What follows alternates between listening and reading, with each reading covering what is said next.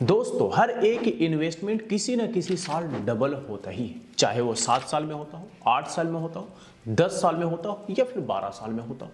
लेकिन mutual fund हमें कितने साल में डबल बना करके दे सकता है? ट्रिपल, 4 टाइम या 5 टाइम बना करके दे सकता है। चलिए इसके लिए हम एक छोटा सा कैलकुलेशन देखते हैं और समझते हैं। 10 लाख रुपए का एक लमसम अमाउंट हम लेकर के चलते हैं और देखते हैं कि म्यूचुअल फंड हमें कितने साल में डबल, ट्रिपल, 4 टाइम या 5 टाइम बना करके दे सकता है। चलिए पूरा कैलकुलेशन देखते हैं और समझते हैं। तो दोस्तों, कैलकुलेशन के लिए हमारा एक्सेल शीट रेडी है। आप यहां पर देख सकते हैं कि एक लमसम अमाउंट हमने 10 लाख रुपए का यहां पर लिया हुआ है। इस कैलकुलेशन में रिटर्न हम कम से कम 12% लेकर के चलेंगे। मिलने के लिए ज्यादा भी मिल सकता है, कम भी मिल सकता है।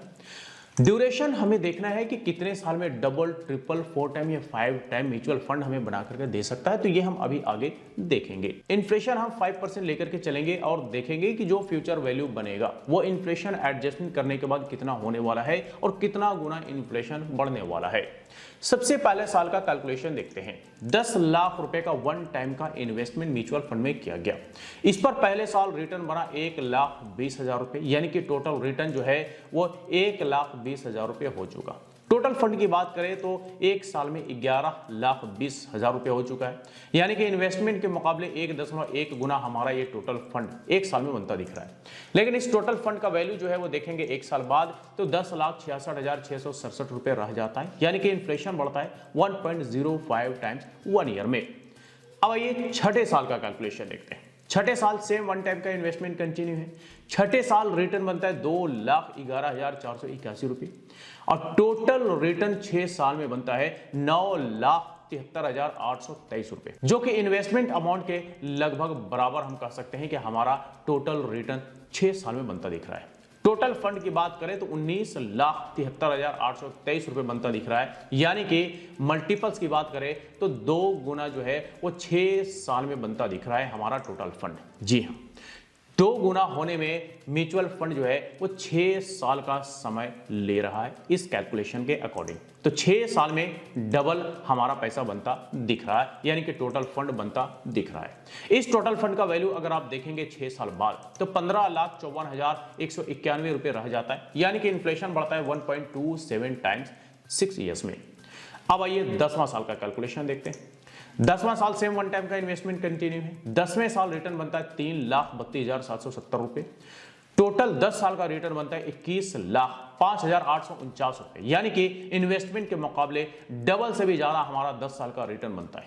टोटल फंड की बात करें तो 31,05,849 रुपए बनता है, जो कि मल्टीपल्स है 3.1, यानी कि इन्वेस्टमेंट के मुकाबले हमारा टोटल फंड जो है वो 3 गुना से भी ज्यादा बनता दिख रहा है 10 सालों में।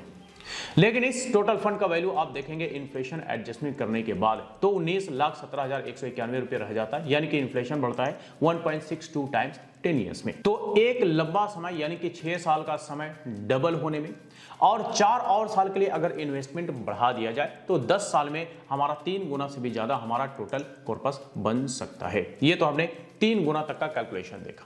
तो 4 गुना कितने साल में बना है, तो इसके लिए हम आगे कैलकुलेशन देखते हैं। 12वें साल का कैलकुलेशन देखिए। 1 टाइम का इन्वेस्टमेंट कंटिन्यू है। 12वें साल रिटर्न बनता है 4,17,626 रुपए।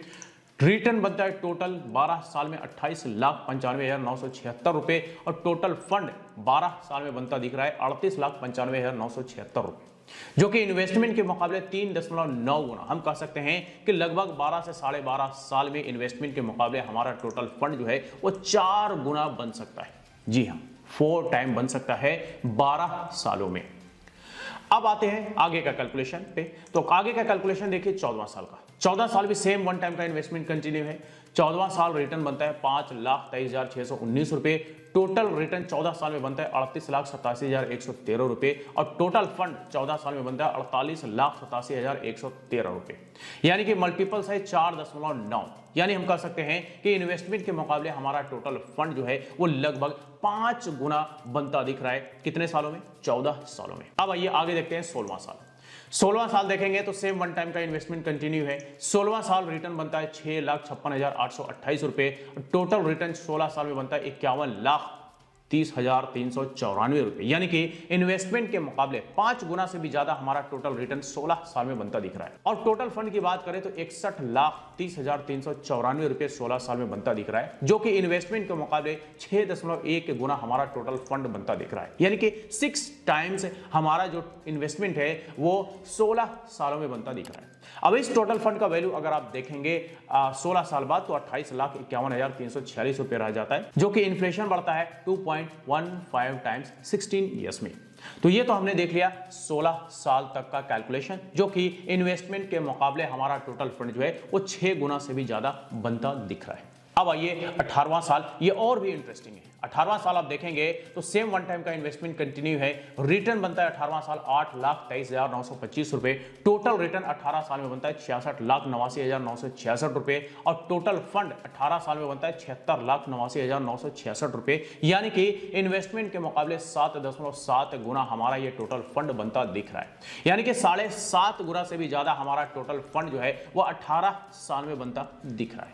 19वां साल आप देखेंगे तो सेम वन टाइम का इन्वेस्टमेंट कंटिन्यू है। रिटर्न 19वां साल बनता है 9,22,776 रुपए 96 रुपए और टोटल रिटर्न बनता है 19 साल में 76,12,762 रुपए। टोटल फंड बनता है 19 साल में 86,12,762 रुपए, जो कि मल्टीपल्स है 8.6 गुना, जो कि इन्वेस्टमेंट के मुकाबले हम कह सकते हैं टोटल फंड जो है 8.5 गुना से भी ज्यादा बनता दिख रहा है 19 सालों में। अब आइए 20वें साल का कैलकुलेशन देखते हैं। 20वें साल सेम वन टाइम का इन्वेस्टमेंट कंटिन्यू है। रिटर्न 20वें साल बनता है 10,33,532 रुपए। रिटर्न 20 साल का बनता है 86,46,294 रुपए और टोटल फंड 20 साल में बनता है 96,46,294 रुपए, जो कि मल्टीपल्स है 9.6, यानी कि इन्वेस्टमेंट के मुकाबले हमारा टोटल फंड जो है वो 9.5 गुना से भी ज्यादा बनता दिख रहा है 20 सालों में। और इस टोटल फंड का वैल्यू अगर आप देखेंगे इन्फ्लेशन एडजस्टमेंट करने के बाद वैल्यू 20 साल बाद का तो 36,40,111 रुपए रह जाता है, यानी कि इन्फ्लेशन बढ़ता है 2.65 टाइम्स 20 ईयर्स में। तो दोस्तों ये हमने यहां पे कैलकुलेशन देखा और समझा। अब एक नजर आप मल्टीपल्स पे डालिए तो आपको समझ में आ जाएगा कि कैसे लॉन्ग टर्म का इन्वेस्टमेंट ज्यादा फायदेमंद है कंपेयर टू शॉर्ट टर्म के इन्वेस्टमेंट। तो देखिए डबल होने में एक लंबा समय यानी कि 6 साल का समय यहां पे लगता दिख रहा है, लेकिन ट्रिपल होने में 6 और साल का समय नहीं लगता, बल्कि मात्र 4 और साल के लिए समय बढ़ा दिया जाए, यानी इन्वेस्टमेंट बढ़ा दिया जाए तो हमारा पैसा जो है वो ट्रिपल यहां पे बनता दिख रहा है, यानी कि 10 सालों में 3 गुना बनता दिख रहा है। और 4 टाइम यानी कि 4 गुना होने में अब आपको 4 साल भी नहीं बढ़ाना है, मात्र 2 साल के लिए इन्वेस्टमेंट बढ़ा देना है, तो आप देखेंगे 12वां साल में हमारा जो है 4 गुना इन्वेस्टमेंट बनता दिख रहा है।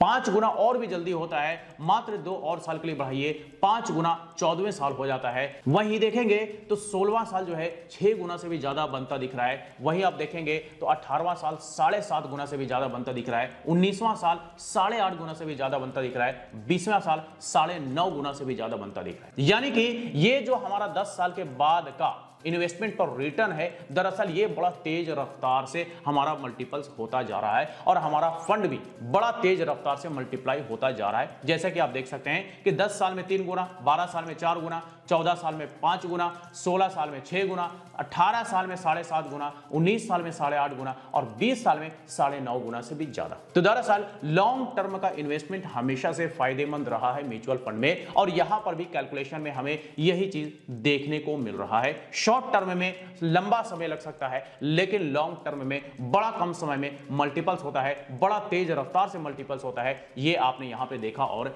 समझा। अब ये जो हमारा टोटल फंड 20 साल में बनता है 96,46,294 रुपए, यानी कि 1 करोड़ रुपए होने में बस थोड़ा ही पैसे घट रहे हैं, या कहिए तो 21 साल यानी 1 साल के लिए और इन्वेस्टमेंट बढ़ा दिया जाए तो ये 1 करोड़ से भी ज्यादा हमारा टोटल फंड बन सकता है। अब ये जो टोटल फंड अभी बन रहा है 20 सालों में, दरअसल ये इन हैंड अमाउंट नहीं होता, बल्कि इसमें से टैक्स वगैरह भी कटौती होती है और टैक्स वगैरह माइनस करने के बाद ही हमारा जो है इन हैंड अमाउंट बनता है। तो टोटल फंड में से हमें टैक्स नहीं देना पड़ता है, बल्कि टैक्स देना होता है सिर्फ और सिर्फ कैपिटल गेन पे से। कैपिटल गेन क्या होता है, इसके लिए हम एक छोटा सा कैलकुलेशन देखेंगे और समझेंगे। तो यहां पे सबसे पहले हम टोटल फंड अमाउंट ले लेते हैं। टोटल फंड अमाउंट जो होता है वो इन्वेस्टमेंट प्लस रिटर्न दोनों को मिला करके होता है।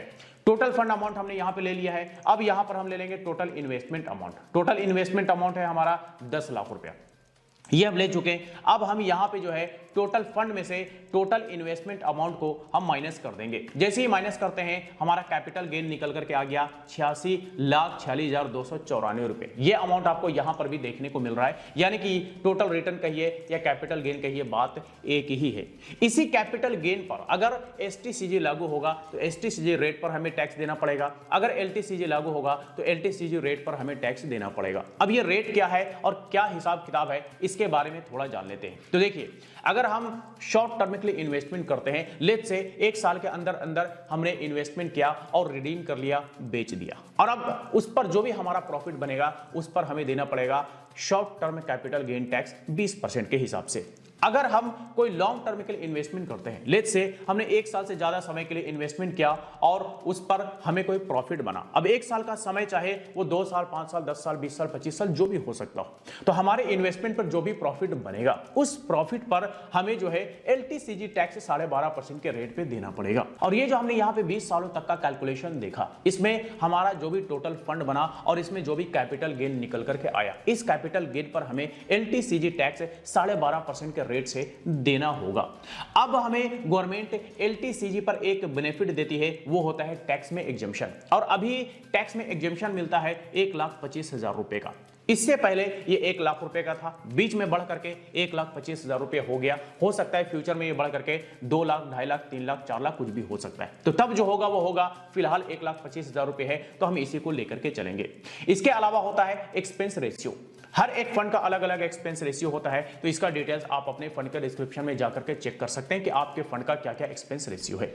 इसके अलावा होता है एग्जिट लोड, कई सारे फंड्स में होता है, कई सारे फंड्स में नहीं होता है, ज्यादातर ये शॉर्ट पीरियड के लिए होता है, तो इसका डिटेल्स भी आप अपने फंड के डिस्क्रिप्शन में चेक कर सकते हैं। यानी कि ये सारा डिटेल्स आपको आपके फंड के डिस्क्रिप्शन में देखने को मिल जाएगा कि क्या क्या खर्चे हैं और कितना कितना खर्चे हैं। तो दोस्तों, ये हमने यहाँ पे एक लमसम इन्वेस्टमेंट का कैलकुलेशन देखा और समझा कि कैसे म्यूचुअल फंड हमारे इन्वेस्टमेंट को लॉन्ग टर्म में कितना बड़ा और कई गुना बना करके दे सकता है। यह हमने इस कैलकुलेशन में देखा और समझा। तो आई होप कि अब आपको ये समझ में आ गया होगा कि म्यूचुअल फंड का इन्वेस्टमेंट जो है उस पर हमें बेहतरीन रिटर्न और ज्यादा मल्टीपल्स जो है वो लॉन्ग टर्म में ही देखने को मिल सकता है, शॉर्ट टर्म में बिल्कुल भी नहीं। ये भी हमने इस कैलकुलेशन में देखा और समझा। तो चलिए, आज तक के लिए इतना ही। इससे रिलेटेड अगर फिर भी कोई सवाल हो, क्वेरी हो, तो आप हमें कमेंट करके पूछ सकते हैं। फिर मुलाकात होती है किसी नए वीडियो के साथ, तब तक के लिए बाय बाय।